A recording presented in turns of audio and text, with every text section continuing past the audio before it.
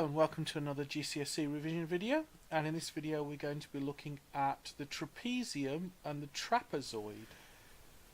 In the United Kingdom, a quadrilateral with at least one set of parallel sides is known as a trapezium.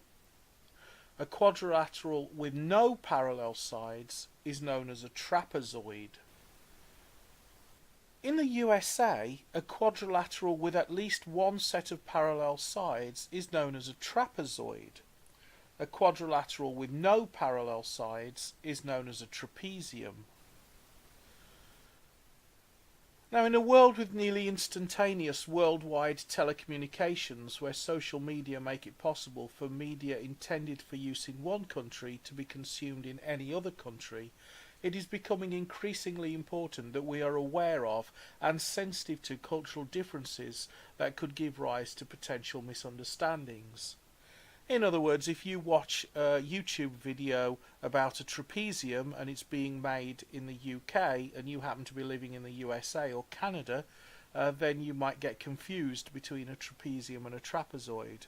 In the same way, if you watch a video made in the USA and you're a British person or an Australian person trying to study for your exams, you could also get confused. So it's important to know that the meaning of the words trapezium and trapezoids have been flipped around depending on which side of the Atlantic Ocean you're on. So here in the UK and also in Australia, a trapezium has at least one set of parallel sides. In the USA and in Canada, a trapezium has no parallel sides.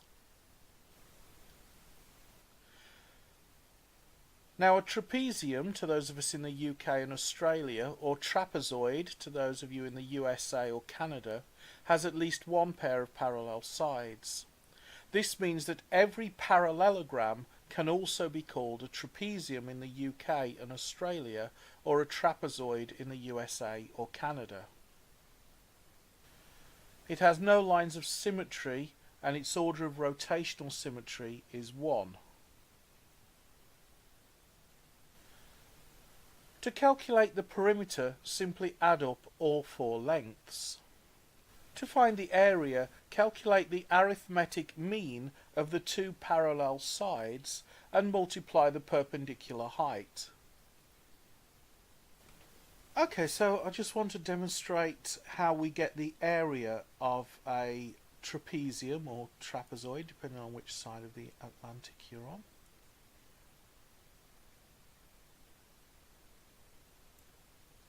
So I'm just going to chop this into 3 shapes. Okay, I'm going to label this length on the top A,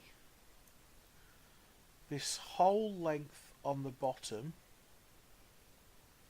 which is the longer parallel side, I'm going to label B.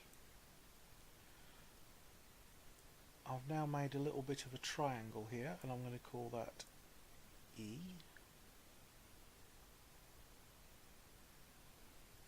Actually, why can't I just call it C? Oh no, I wanted this length to be C. This length is D. So this length is E. That's what I was thinking. And then sometimes the brain runs ahead of the hands and the hands and eyes can't keep up. So this is F. And then this perpendicular height is H. And of course this height here is going to be exactly the same. Okay, so and this is a right angle, of course. Not that it really matters. Well, actually I suppose it does matter. Okay. Alright then, so we've got our shape labelled. Now what we want to do to calculate the area, let's actually label these shapes. This is A, and this is B, and this is C.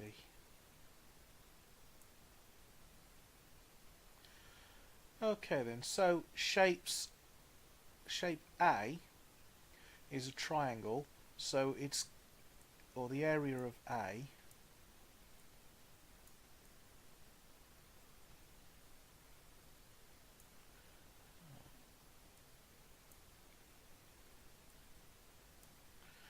of A is equal to a half base times height, so that's 1/2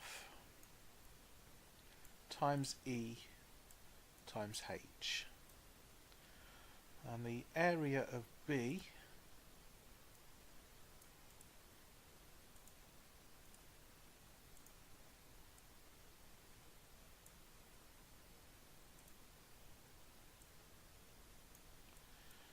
is simply equal to A times the height.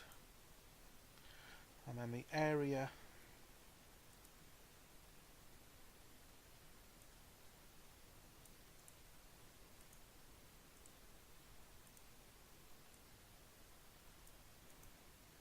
of shape C is equal to a half of F times height.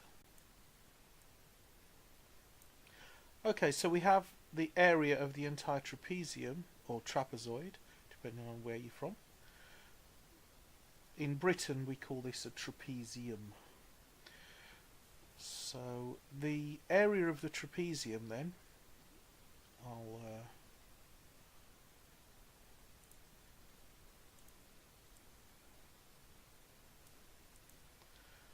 that's equal to everything we've just said.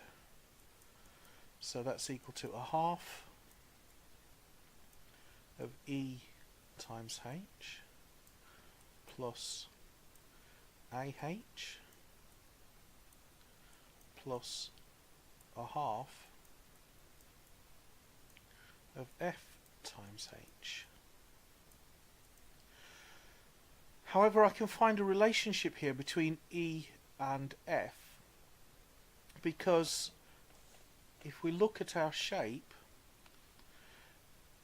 E plus A plus F is going to be equal to length B.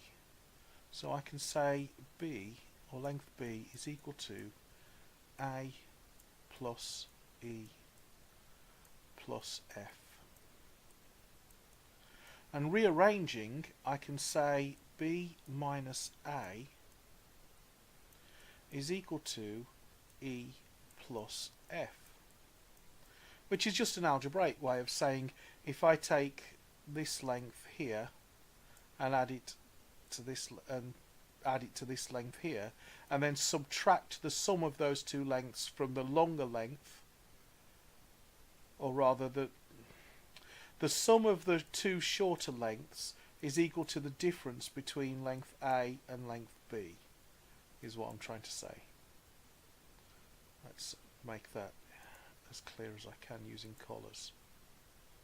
So this length plus this length is equal to the difference between this length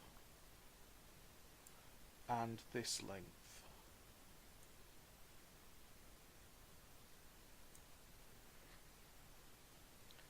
Okay. So if I factor out, actually if I double top and bottom of the middle, I can say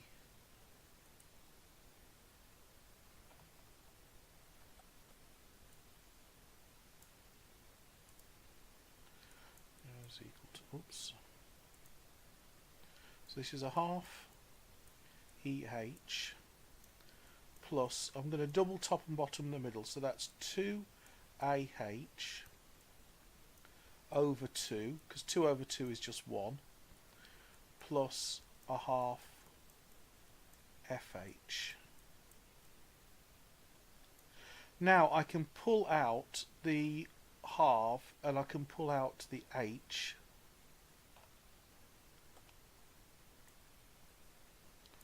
So the area is equal to 1/2 of, oops, 1/2 of H into E plus 2A plus F. Well, we know what E plus F is equal to, and that's B minus A.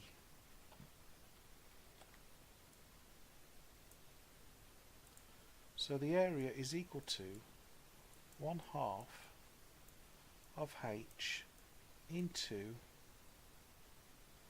2a plus b minus a. And we get that from here.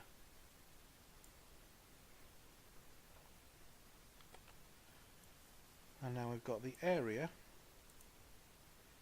is equal to 1/2 of h into, well, 2a minus a is just a, so that's just a plus b. Well, so that could also be rewritten as a plus b over 2 all multiplied by h.